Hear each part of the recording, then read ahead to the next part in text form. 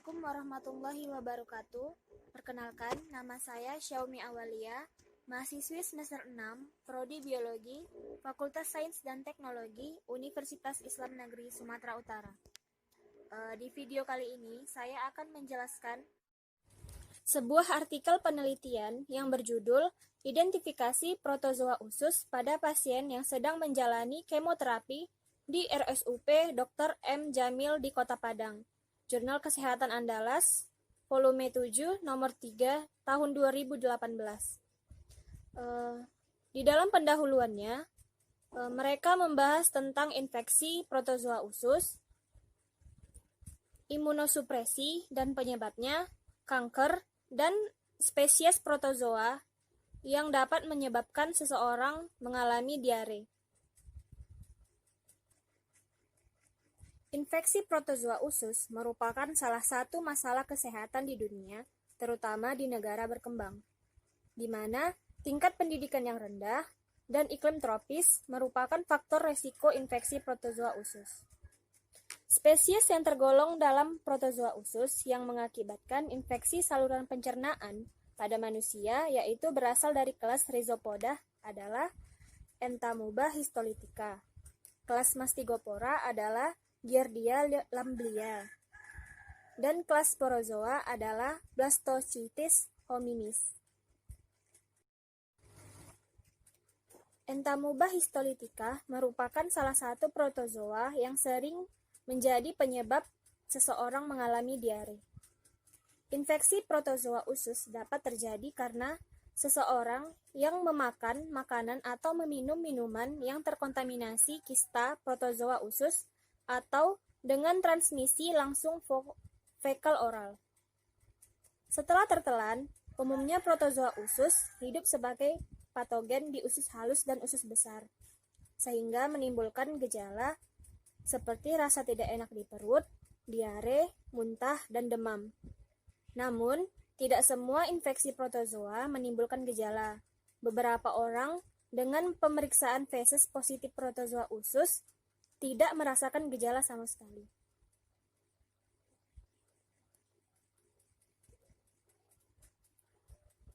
Imunosupresi merupakan salah satu faktor risiko infeksi protozoa usus yang dapat terjadi pada pasien yang sedang menjalani kemoterapi.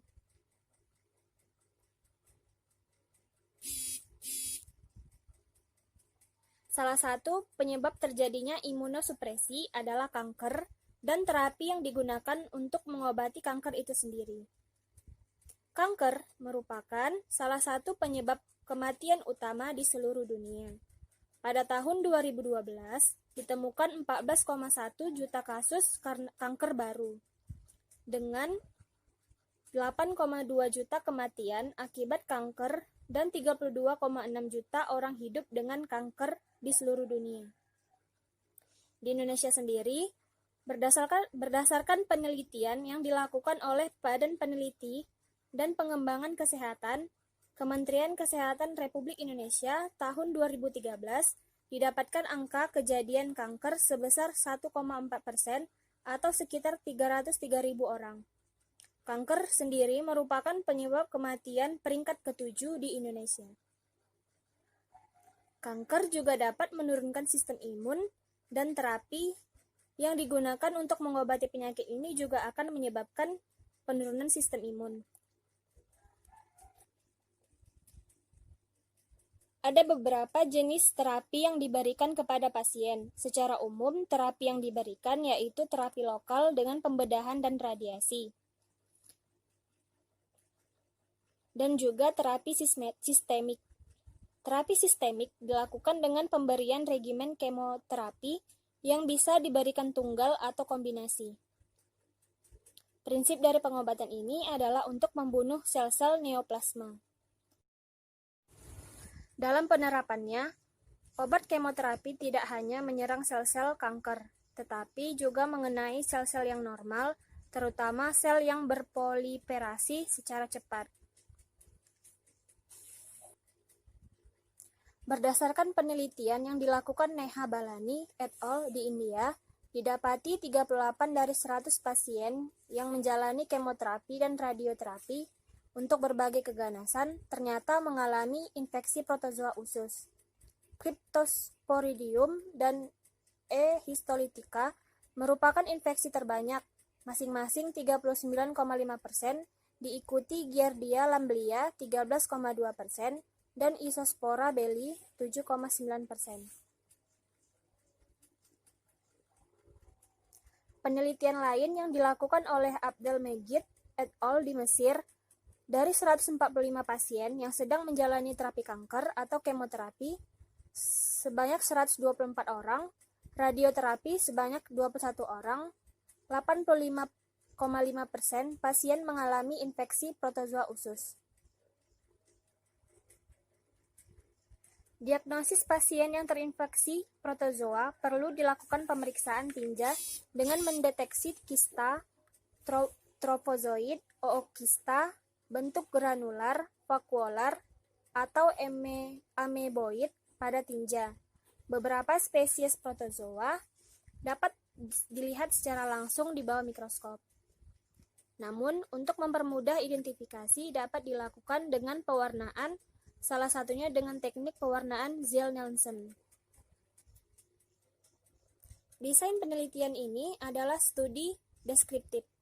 Pengumpulan sampel dilakukan di RSUP Dr. M. Jamil, yang selanjutnya diperiksa di Laboratorium Parasitologi FK UNAD. Penelitian ini dari bulan Juni 2017 hingga Maret 2018.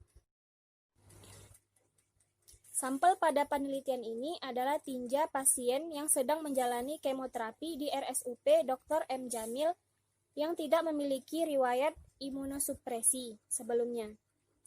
Sampel tinja yang terkumpulkan dilakukan pemeriksaan mikroskopis dengan pemeriksaan tinja langsung dan dengan modifikasi pewarnaan Ziehl-Neelsen. Hasil dari penelitian ini disajikan dalam bentuk distribusi frekuensi. Pada penelitian yang telah dilakukan pada pasien kanker yang sedang menjalani kemoterapi di RSUP Dr. M. Jamil, Padang, yang berjumlah 33 orang, peneliti menemukan protozoa usus pada 3 sampel, atau 9,1% dari tinja yang diperiksa. Hasil ini tidak jauh berbeda dengan penelitian yang telah dilakukan oleh Kalaiselpam pada pasien kanker yang menjalani kemoterapi di RSUP Haji Adam Malik Medan, yaitu ditemukan 7,9% pasien ditemukan protozoa usus pada sampel tinja yang diperiksa. Adanya perbedaan dari berbagai penelitian ini dapat disebabkan oleh beberapa faktor. Di antaranya, karakteristik sampel yang digunakan, faktor lingkungan, dan personal hygiene, stadium kanker, serta kualitas hidup pasien. Berdasarkan jenis kelamin, angka kejadian infeksi protozoa usus lebih tinggi pada perempuan, 6,1% dibanding laki-laki yang 3%. Kecenderungan terjadi infeksi protozoa usus pada seseorang dipengaruhi oleh status gizi, umur, hygiene per orang, sanitarisasi lingkungan sekitar, keadaan sosial ekonomi, serta adanya komplikasi dengan infeksi parasit atau bakteri lain. Tingginya infeksi protozoa usus yang terjadi pada perempuan pada penelitian ini mungkin terjadi karena jumlah responden perempuan lebih banyak daripada laki-laki. Dengan demikian,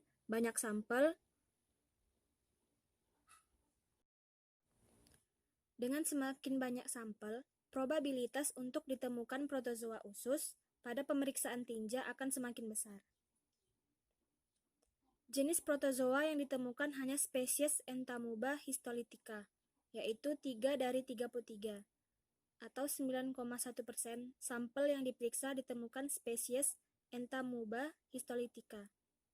Hal ini berbeda dengan penelitian yang dilakukan oleh Uysal et al., yaitu Cryptosporidium, merupakan protozoa yang paling banyak ditemukan, yaitu 69,2% dari total sampel yang mengandung protozoa usus. Adanya perbedaan pada penelitian ini dapat disebabkan oleh beberapa faktor, seperti keadaan geografis, sanitasi lingkungan, kebiasaan, sosioekonomi yang rendah, umur, status gizi, serta keadaan imun seseorang. Pada 3 sampel yang ditemukan protozoa usus, semuanya berupa single infection. Hasil yang sama juga didapatkan pada penelitian yang dilakukan Kalesalvam di RSUP Haji Adam Malik, Medan.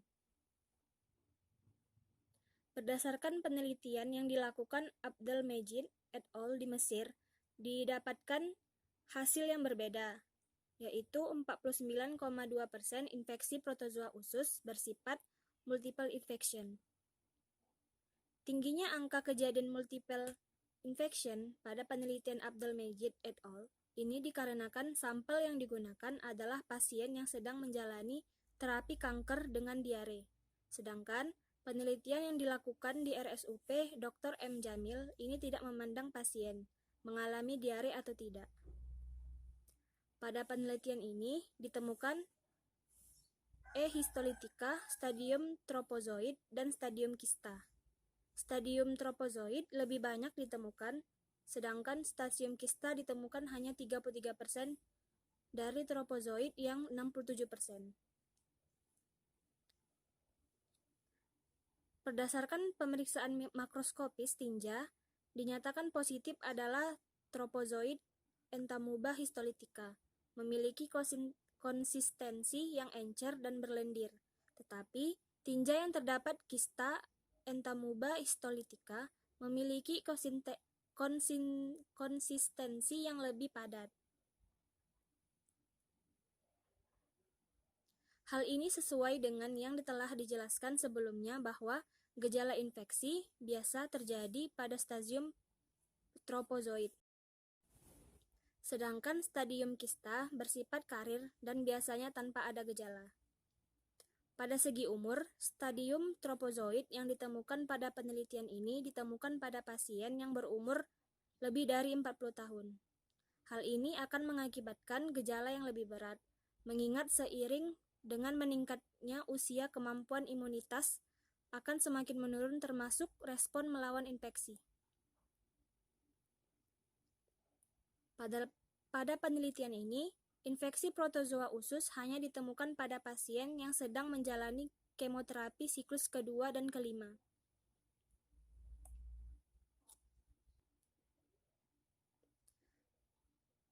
Angka kejadian infeksi lebih tinggi pada pasien yang sedang menjalani kemoterapi siklus kedua, yaitu berkisar 67% daripada pasien yang sedang menjalani kemoterapi siklus kelima. Distribusi yang tidak merata ini bisa disebabkan berbagai faktor, seperti faktor lingkungan, keadaan umum, nutrisi, dan respon yang berbeda pada tiap pasien. Syarat seseorang pasien untuk mendapatkan kemoterapi seperti keadaan umum cukup baik, memungkinkan daya tahan tubuh yang kuat untuk melawan infeksi. Dari hasil penelitian yang telah dilakukan, peneliti dapat menyimpulkan bahwa protozoa yang ditemukan pada pasien kemoterapi hanya spesies Entamuba histolytica, stadium tropozoid, dan kista. Demikianlah penjelasan yang dapat saya sampaikan mengenai artikel penelitian dari Jurnal Kesehatan Andalas. Lebih dan kurangnya saya minta maaf. Saya akhiri. Wassalamualaikum warahmatullahi wabarakatuh.